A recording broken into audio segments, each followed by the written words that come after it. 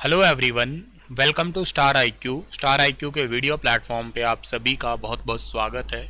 आज 26 जनवरी 2023 के Haryana current affair इस पर्टिकुलर वीडियो में हम पढ़ने वाले हैं।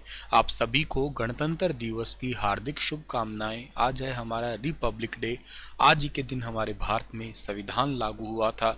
यूँ कह सकते हो कि हमें आज ही के दिन जो है ना वो लिबर्टी मिली थी, आज़ादी मिली थी। एक पूर्ण रूप से आज़ादी या स्वाधीनता को हम लोगों ने अपनाया था। आइए आज के जश्न को हम लोग मनाते मनाते आज की करंट अफेयर को पढ़ लेते हैं। कल आपसे एक सवाल किया था कि राष्ट्रीय बायोगैस और खाद्य प्रबंधन कार्यक्रम ये लॉन्च कब हुआ था। तो ये वाला कार्यक्रम लॉन्च हुआ था 1981-82 के दौरान लॉन्च किया गया था इस कार्यक्रम को।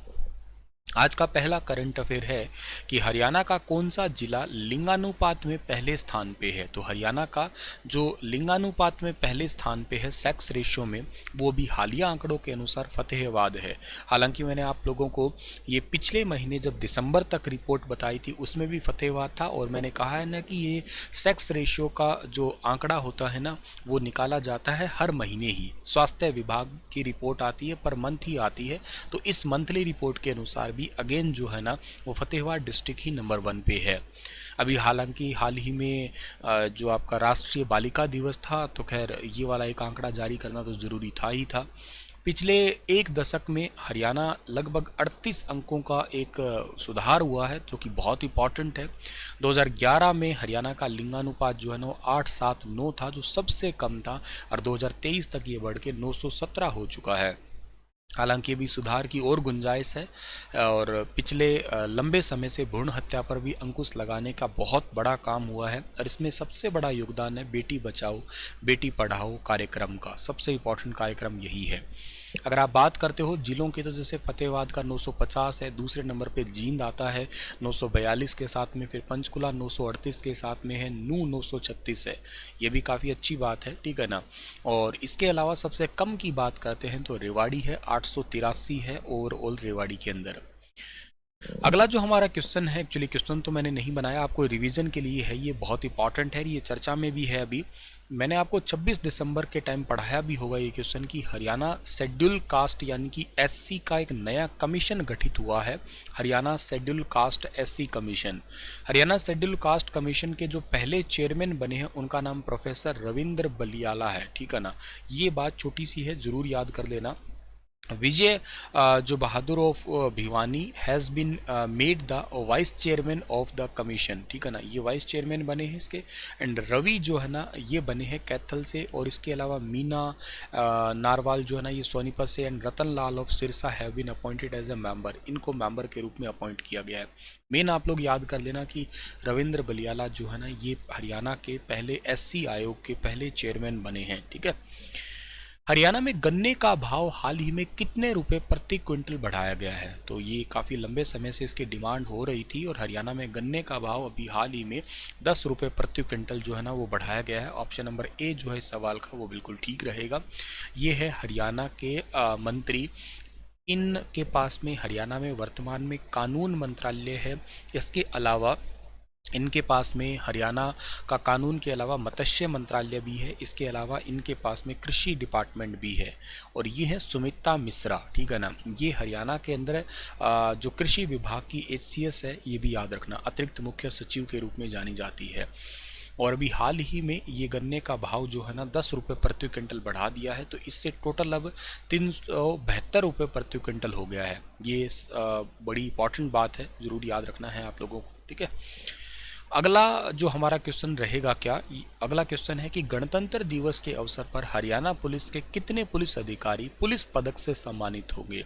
तो गणतंत्र दिवस के अवसर पर हरियाणा के टोटल 14 पुलिस अधिकारी जो है ना वो सम्मानित किए जाएंगे।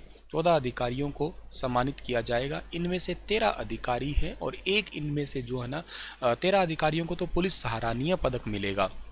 जैसे कि इनको मिलेगा सराहनीय सेवाओं के लिए पुलिस पदक से सम्मानित किया जाएगा इन 13 को, जिनमें से सत्येंद्र कुमार जी हैं जो करनाल से, बी सतीश बालन हैं, इसके अलावा है वीरेंद्र कुमार है, सुरेंद्र सिंह है, राजकुमार, हरिकिशन, रमेश कुमार, दिनेश सिंह, नरेश कुमार, देवेंद्र कुमार, रामपाल, सज्जन कुमार और सुनील कुमार।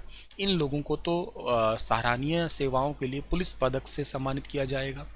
और ये क्वेश्चन आपके एग्जाम पर्सपेक्टिव वेरी इंपॉर्टेंट हो सकता है कि हरियाणा के किस पुलिस अधिकारी को राष्ट्रपति पुलिस पदक से सम्मानित किया जाएगा।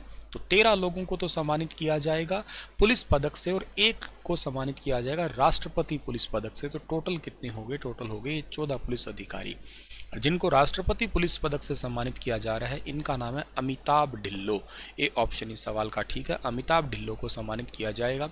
हरियाणा पुलिस के प्रवक्ता है इन्होंने ही बताया। हरियाणा पुलिस के अंदर आप लोगों को याद रखना है कि डीजीपी कौन है, डायरेक्टर जनरल ऑफ पुलिस कौन है, प्रशांत कुमार अग्रवाल है, पीके अग्रवाल है। और जो पुलिस महानिरीक्षक को विशिष्ट सेवाओं के लिए जो है ना सम्मानित किया जाएगा अमिताभ सिंह ढिल्लो को। वेरी वेरी इंपॉर्टेंट है ये। राष्ट्रीय स्वयं सेवक संघ जिसको आरएसएस कहते हैं, आरएसएस जो है ना इसकी स्थापना कब हुई थी? 1925 के अंदर हुई थी, याद रखना। केशव हेडगेमारे ने जो है इसकी स्थापना की थी और अभी वर्तमान में इसके जो अध्यक्ष हैं वो है मोहन भागवत। तो आरएसएस की अखिल भारतीय प्रतिनिधि सभा की वार्षिक बैठक इस बार हरियाणा में होने जा रही है। हरियाणा के किस जिले में होगी? हरियाणा के ये पानीपत जिले के अंदर एक समालखा नाम की जगह है, ठीक है ना, यहाँ पे होने वाली है। 15 अगस्त को यहाँ पे समालखा में तिरंगा भी फहराया था, आपको याद होगा हरियाणा के सीएम ने, ठीक है ना। 3 दिन की बैठक होगी, ये 12, 13 और 14 मार्च को होने वाली है। आरएसएस के सभी अनुषांगिक संगठनों में से 2000 प्रतिनिधि जो है ना इसमें से भाग लेने वाले हैं। ये बहुत बड़ी बात है। बैठक में संघ के पिछले कार्यों की समीक्षा की जाएगी। देश समाज की परिस्थितियों को देखते हुए नए प्रस्ताव भी जो है ना वो पास किए जा सके हैं इस 3 दिनों की बैठक में। इस साल में 9 राज्यों के अंदर विधानसभा चुनाव भी होने हैं, तो वेरी इंपॉर्टेंट बात है। और जिसमें से पूर्वोत्तर के 3 राज्यों के विधानसभा चुनाव होने के बाद 6 राज्यों के विधानसभा चुनाव रहेंगे। पहले पूर्वोत्तर राज्यों के होंगे, फिर बाद में बाकी अन्य राज्यों के होंगे। 2024 में लोकसभा चुनाव भी होने हैं, हालांकि हरियाणा में 2024 में भी चुनाव होंगे। तो इन सभी की परिस्थितियों को भी मद्देनजर रखा जाएगा।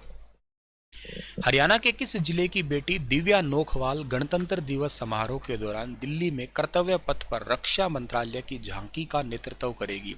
तो रक्षा मंत्रालय की झांकी का नेतृत्व करने वाली है फतेहाबाद की बेटी दिव्या नोखवाल।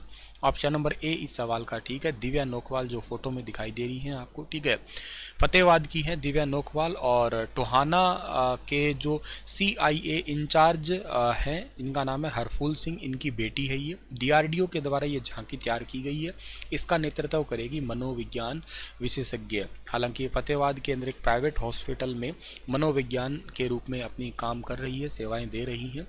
कर्तव्य पथ पे जो परेड है झांकी है, अलग अलग झांकियां निकलती है, अपने हरियाणा की भी झांकी जैसे निकल रही है। और इसके अलावा रक्षा मंत्रालय की भी झांकी होती है जिसमें दिव्या जो है ना इसका नेतृत्व करेगी, मुख्य भूमिका में नजर आएगी। और इसके अलावा मैं आपको बता देता हूं कि ये 20 दिनों से अभी तैयारी कर रही है यहाँ पे ही, और ये गुरु जम्बेश्वर यूनिवर्सिटी से ही पढ़ाई की है। NSS और NCC की लीडर भी ये रह चुकी है। वंदे भारत उत्सव हुआ था, उसके जरिए इनका सिलेक्शन हुआ था। 2000 कलाकारों ने वहाँ पे शिरकत की थी, उनमें से 500 कलाकारों का अलग अलग मंत्रालयों की झांकियों को पेश करने के लिए सिलेक्शन किया था, उसमें दिव्या का नाम भी शामिल हो गया है। इसी के साथ ही ये सेशन होता है समाप्त। आपके लिए क्वेश्चन छोड़ के जा रहा हूँ कि नोबेल पुरस्कार विजेता रविंद्रनाथ टैगोर का जन्म दिवस किस तारीख को मनाया जाता है? 6 मई, 7 मई, 9 मई या 8 मई? बताइए थोड़ा विस्तार से।